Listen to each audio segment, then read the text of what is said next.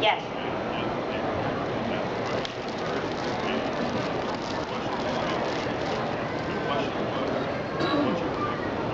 Yeah. Sawsall, yes.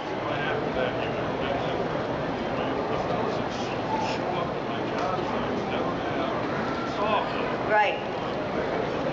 Yeah, did you bring me saw blades? Aw, thank you so much. Yeah, and what you don't know is that when I'm at home, I didn't even say it, but when I'm anywhere, I pick these things up because there's always, they are, Milwaukee is, and that's what I said last night. I have somebody asked me, what's your favorite tool? What was your first expensive tool? I think they asked. That's what they asked, yeah. And I said, well, my Sawzall, because it was like 100, I made a joke, like $157, because everything's always like $157, not $155. And I was sweating it, because I think Ethan was maybe around 6, and I'm like, $157, it's a Sawzall. But I still have that Sawzall, and thank you for pointing out it is made in the USA, because it's very, very, very, very important to me. Now, is this a family-owned business, your lumberyard? So, thank you for bringing that up. Yes.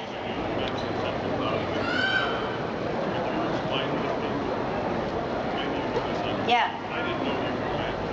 Yes. And now he's back. Look at that.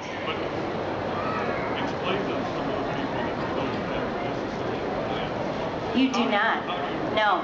No, and you know what? It's like anything else. Tools, if you have $10,000 in tools, does that make you a good contractor or builder? No. Just like, you know, if you bought $5,000 and a $2,000 fancy ski outfit, does that make you like gonna go down mountains any faster? No. And it is the same thing with tools. You know, a lot of times, this is what I love, is that when I go to my tool bin and the cords are missing, because some yahoo cut it off. I swear to God, this happens all the time. And most people don't know you can fix a cord that's missing. I mean, there's so many things you can fix with tools. And I'm sure, do you guys have a tool repair shop at yours? So I'm gonna just, what are you, your Lyndhurst Lumber. So if you know, now you're gonna know this about me. I shop at every small mom and pop hardware and lumber yard there is in my city. Sometimes they're a few dollars more, right? Would you readily admit that? Not over the whole thing, but on some items you are. But this is my point. I don't care if I have to pay $2 more. So let's say that's 50 purchases a year, $100 more I have to pay to be a member of this super cool club of this mom and pop hardware that's on the same block as my house, and when I walk in, a smiling face like this. How long have you been in there? 69. Okay, so that's 40 years. So you're gonna know your stock, right? So I walk into a mom and pop hardware or a lumber yard and I say, I have a 1910 house, I have a 1920 house, I have a house that was just built and I need this little tiny piece that's behind that piece. You know what I'm talking about? And the funny thing is, it's Fred, right? Is it Fred? Your name is Fred? What? Fred? How did I get Fred out of that? This is what happens all the time. I'm going to give name tags out. So you walk in and you say, I need this, and you're not going to find that in large box stores. Because Britt's going to say, yeah, I know what that is. Or hang on, you know what? I think we have it in the basement. Do you guys have a basement? Third floor, the third secret floor that doesn't have like scanned inventory, right? That's just the crap that didn't sell for the past 30 years and you still have it up there. I know about it. Yes, those are the places where I find old house parts. And I find very educated people that know everything about your houses, and if you do not go to these small shops, guess what they're going to do? They're going to close up.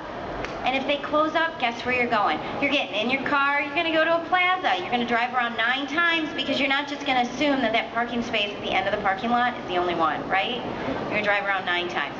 And you're going to go in there, they're not going to have what you need, you're going to search it for online, and then you're going to end up ripping out whatever the problem is you have and replacing it. So, yes. And you'll always see me when I'm in a store on my show. I'm in a small, little, tiny store. I love living in the cities because there's always these random little tiny hardwares. There's one in Minneapolis that's probably as big as this section of the audience, I swear. And they always have the most random things. 36 and Bryant. I don't know the name of it. I never know names. Obviously Fred. But Fred works for you. My name is Fred. Just go with it. But Britt's pretty cool. I mean, all right. Another question? I watch your show really.